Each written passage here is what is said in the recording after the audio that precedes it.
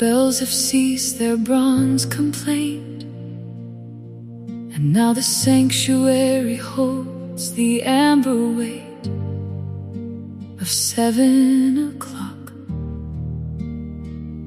We stand as a small assembly of the twilight, our breath catching on the syllables of ancient promise as the day folds its weary wings. The air is thick with the scent of melted wax and the cool breath of stone, a Catholic silence that prepares the way for the shepherd's entry. He does not come as a tyrant of the storm, but as the quiet governance of the soul, a king whose scepter is a staff of gnarled olive wood. In this hour, the frantic pulse of the world slows to the rhythm of the cantor's lead, and we recognize that to be ruled by him is to finally be free from the anarchy of our own desires. His sovereignty is the gravity that keeps our wandering hearts from drifting into the void, a divine magnetism that pulls the stray back to the warmth of the communal fold. The green is the color of his mercy, yet tonight it manifests as the deep emerald of a forest at rest, hidden from the scorching glare of the noonday sun. He leads us not to the shallow, muddy ponds of earthly distraction, but to the silver still waters of a grace that reflects the stars. There is no haste in his command, only the steady, patient pace of one who has walked the Via Dolorosa and knows the exact weight of a human spirit. We are the sheep of his pasture, bruised by the week's long labor and the sharp briars of our own making, seeking the grass that grows where the light of the tabernacle falls. He unbinds the heavy yoke of our ambitions and points toward the meadow of the spirit, where the only requirement is to be still and know the providence of the one who names us. Even as the shadows lengthen across the nave, stretching like long dark fingers toward the high altar, we do not falter at the onset of the night. The valley of the shadow is no longer a place of terror, but a between the day's fatigue and the eternal dawn. His rod is the strength of the cross, a vertical truth in a horizontal world. His staff is the whisper of the spirit in the ear of the frightened, a gentle hook that pulls us back from the precipice of despair. When the world screams its chaos and the wolves of anxiety howl at the doors of our minds, his voice remains the velvet gravity that keeps us grounded. I shall not want for vanity or the hollow gold of the city, for the shepherd provides the bread of life that suffices for the journey through the deepest gloom. A table is spread before us in the sight of every ghost that haunts our history, a liturgical feast prepared by the hands that were pierced for our sake. He pours the oil of gladness upon our weary brows, a chrism of restoration that heals the cracks of doubt and the scars of our secret wars. The cup is not merely full, it is a fountain, a spill of crimson grace that stains the common cloth of our mundane lives with the purple of a celestial royalty. We sit as guests of the High King, transformed from beggars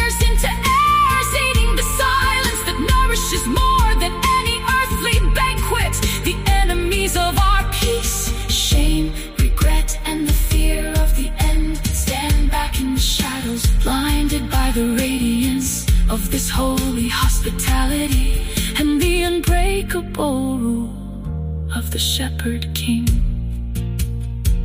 Surely goodness and mercy shall follow us, not as passive observers, but as persistent hunters of our hearts, chasing us through the gray streets of Monday and the trials of the midweek sun.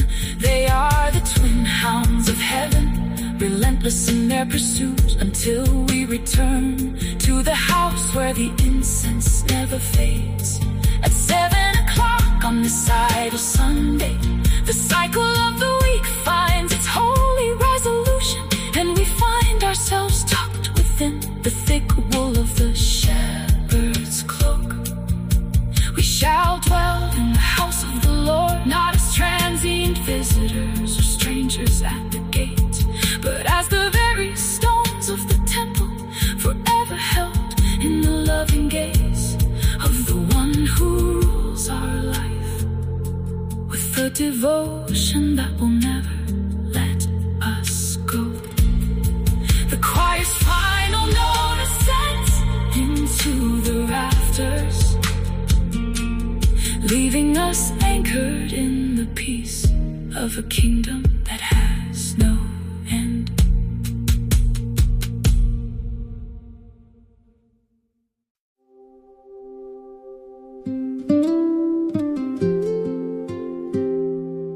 The shadows lengthen across the sanctuary floor, where the dust of the day settles into the grooves of ancient oak, and the sun, a weary pilgrim, retreats behind the stained glass of the western apse, to leave the world in the blue clarity of 7 o'clock.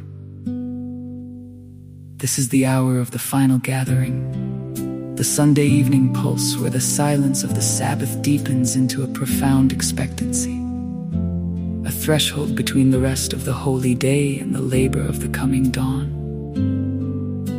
The air within the nave carries the scent of extinguished beeswax and the cool stone breath of the cathedral, waiting for the first touch of felt upon wire,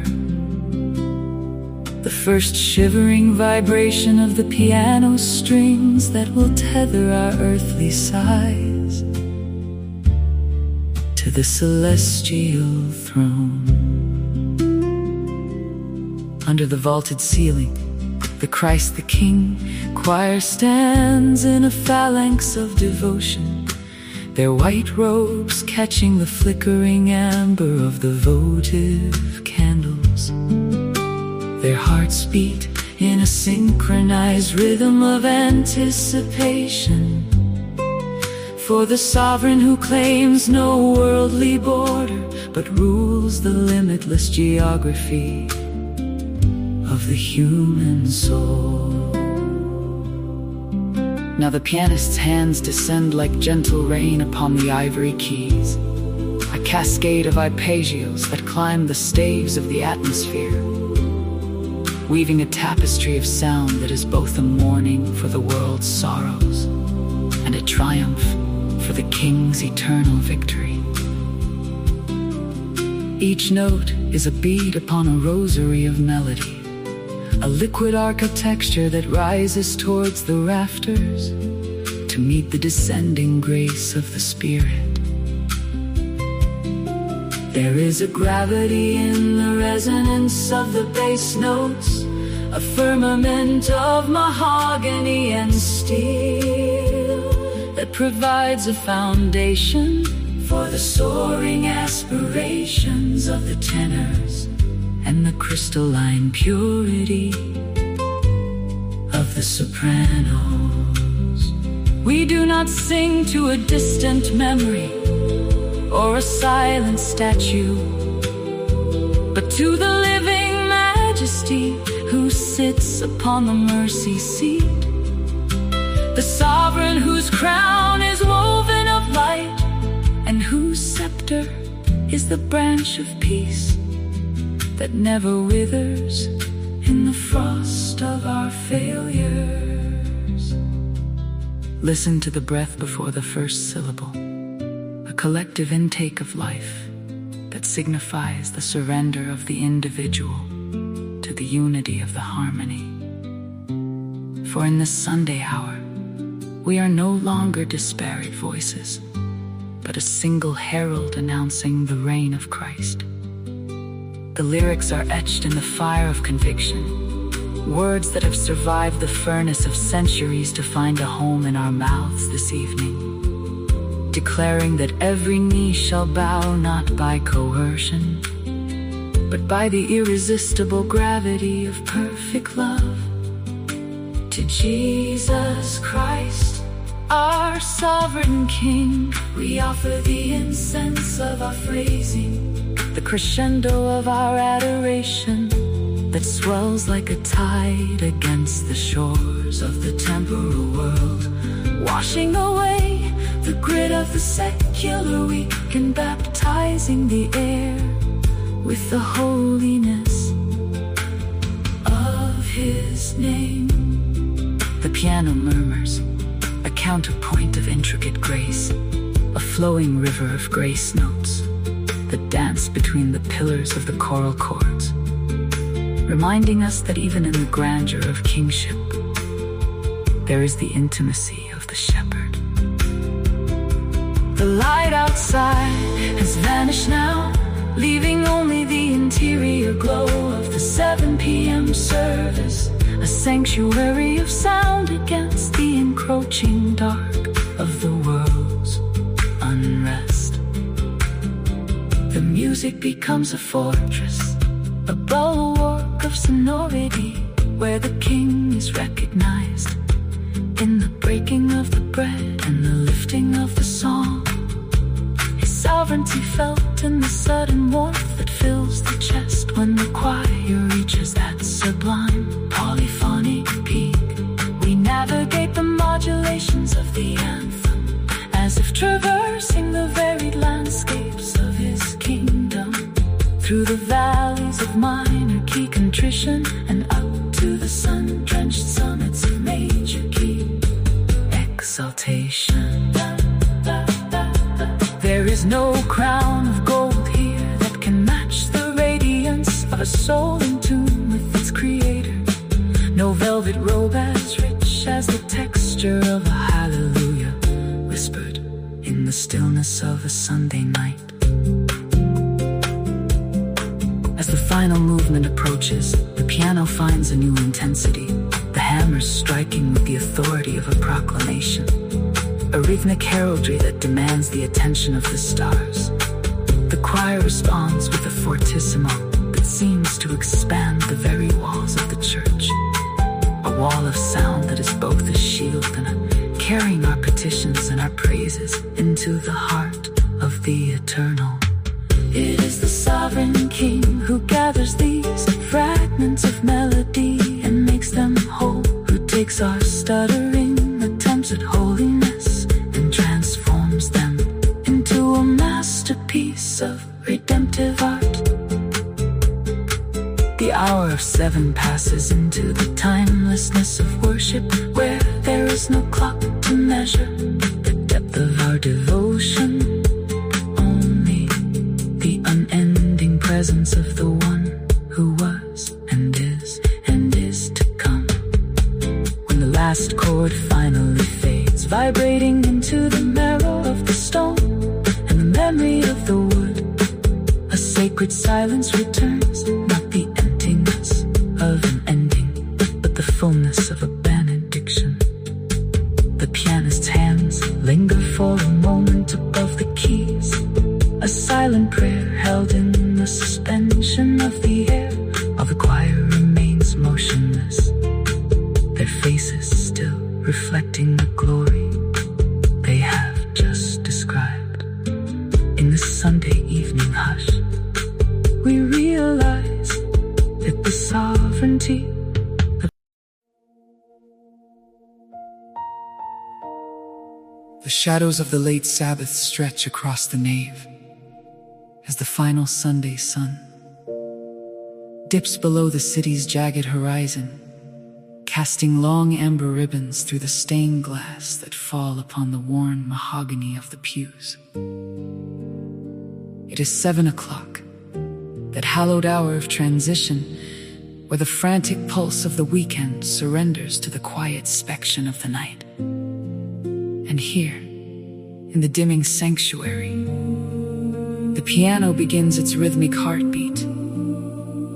The hammers strike the wire with a gentle insistency, weaving a tapestry of rolling arpeggios that mirror the movement of wheat swaying. In a Galilean breeze, a fluid motion that invites the weary to lay down their burdens at the foot of the altar. There is a specific resonance to this evening air, a scent of melted beeswax, and the lingering incense of the morning's high liturgy, now softened by the intimacy of this smaller, fervent gathering. The choir breathes as a single lung, their voices rising from the back of the throat with a warmth that only comes from a day spent in reflection. A harmony that does not seek to dominate, but to envelop the listener in a communal embrace. Step forward into the light of the candles, for the board is spread with a bounty that no silver coin could ever purchase. A harvest of the spirit that transcends the meager calories of the earth. Here is the paradox of the banquet, where the beggar is the guest of honor, and the broken-hearted are given the seat of highest prestige, sitting side by side with the seekers and the saints. The lyrics flow like a river of living water, carved from the ancient promises of prophets who saw this day from afar. A testament to a God who provides not out of obligation, but out of an overflowing, reckless love. It is the feast of the humble, where the simple elements of grain and vine are transformed into the luminescent marrow of the divine. A mystery that the piano explores with every sustained pedal and every shifting chord. The music does not merely accompany the words. It acts as the very architecture of the prayer, building a between the temporal world of Sunday evening anxieties and the timeless presence of the eternal now. In the gathering of the Sunday 7 p.m. choir, there is an unvarnished honesty, a vocal texture that feels like weathered wood, sturdy, reliable, and deeply rooted in the soil of shared experience. They sing of the mountains that will be leveled and the valleys that will be raised, their voices climbing the melodic ladder of Dan Schutt's vision, a ladder that leans against the very gates of the celestial city. This is the table of plenty, where the hunger for justice meets the bread of life, where the thirst for mercy is quenched by the wine of a new and everlasting covenant. Each syllable is a seed planted in the fertile silence of the congregation, a reminder that the abundance offered here is not a scarcity to be hoarded, but a treasure to be distributed until every hollow space in the human soul is filled to the brim. The piano's lower register provides a grounding foundation, a solid earth beneath the ethereal flight of the sopranos, anchoring the spiritual ecstasy and the reality of the incarnation. As the communion procession begins, the rhythm of footsteps on the stone floor becomes a percussion of pilgrimage, a steady march toward the source of all sustenance. The choir's voices thicken with the emotion of the moment, the lyrics speaking of a God who invites the blind to see and the lame to walk, a hospitality that knows no borders and recognizes no strangers. The music swells with a cinematic grandeur that feels both epic and intensely personal. A symphonic swell that captures the magnitude of the sacrifice and the sweetness of the meal. The bread is broken, a sound that echoes the breaking of the heart before it can be healed. And the wine is poured, a crimson stream of grace that washes away the dust of the week's transgressions. In this sacred space, the 7 p.m. hour is not the end of the day, but the beginning of a transformation, a refueling of the spirit for the labors of the week to come.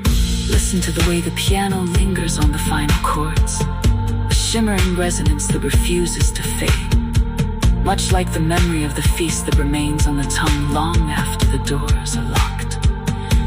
The choir's final notes are a soft benediction, a lingering amen that carries the weight of 1,000 prayers uttered in the quiet of the heart.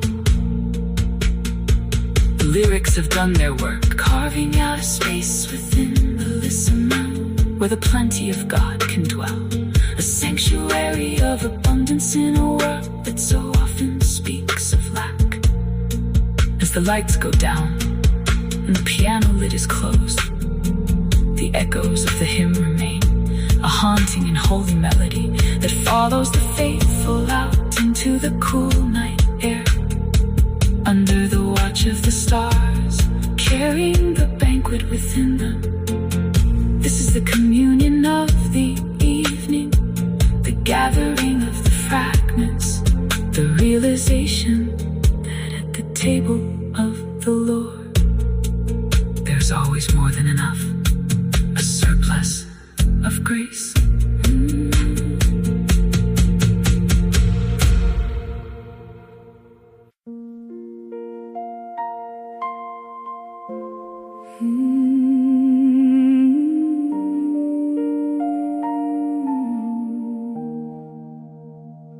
In the violet suspension of the 7th hour, when the candles weep their final translucent wax onto the cooling stone, the air is thick with the residue of incense and the quiet sighs of those who linger. This is the hour of the threshold where the sacred day prepares to fold its wings, and the secular night begins its slow ascent through the narthex. We stand in the gloaming of the sanctuary, our voices tattered and smoothed by the week's long labor, leaning into the harmonium's breath, as if the wooden bellows could inhale our very doubts. The prophet's warning hangs in the rafters, not as a threat of distance, but as a beckoning of proximity. For the window of the divine is a shifting aperture, and the Spirit moves like the cooling wind through the city's gray arteries. Seek Him now while the shadows are long and the world is momentarily hushed into a posture of listening. Do not wait for the thunder of the mountaintop or the dramatic splitting of the veil, for He is woven into the very fabric of this departing light. He is found in the aching hollow of the chest that desires more than the bread of tomorrow's toil. We lift our scores of parchment where the ink of the Jesuits bleeds into melodies of earthy grace, singing of a God who is both There is a specific gravity to this Sunday evening, a weight of longing that pulls our knees to the carpet and our eyes to the tabernacle's silent gold. The 7 p.m. choir carries the weariness of the city in its collective throats, turning every sharp and flat into a plea for mercy before the clock strikes the midnight of our return to the fray. The desert of the heart is white, but the oasis of his presence is a fugitive spring appearing in the most unlikely crevices of our fractured lives. We are commanded to call upon him while he is near. Yet nearness is a matter of the soul's geography rather than the body's location. He is near in the breaking of the silence and the mending of the spirit's frayed edges. Let the wicked forsake their winding paths and the unrighteous their tangled thoughts, for the thoughts of the Most High are like the vast indigo sky above the flickering street lamps of our understanding. His ways are not the transactional measures of our markets, nor the cynical calculations of our survival. His ways are the torrential rains that descend from the heavens, refusing to return until the parched earth has broken open into a riot of green, and the seed has found its destiny in the furrow. There is a sense of urgency in the fading resonance of the cello, a realization that the season of finding is a gift that must be claimed before the noise of the world rushes back to drown the inner whisper. While he may be found is the mantra of the wise, who know that grace has its own tides, and the soul must launch its small boat when the water is deep and the current is kind. The choir's unison is a tapestry of individual histories, woven into a single chord of hope, stretching across the void between the earthly and the eternal. We are the latecomers, the ones who have spent the day in the vineyards of our own making, now arriving at the Master's house as the lamps are being trimmed. And yet the door remains unlatched, the invitation is written in the very air we breathe, and the wine of his compassion is poured without price for all who thirst.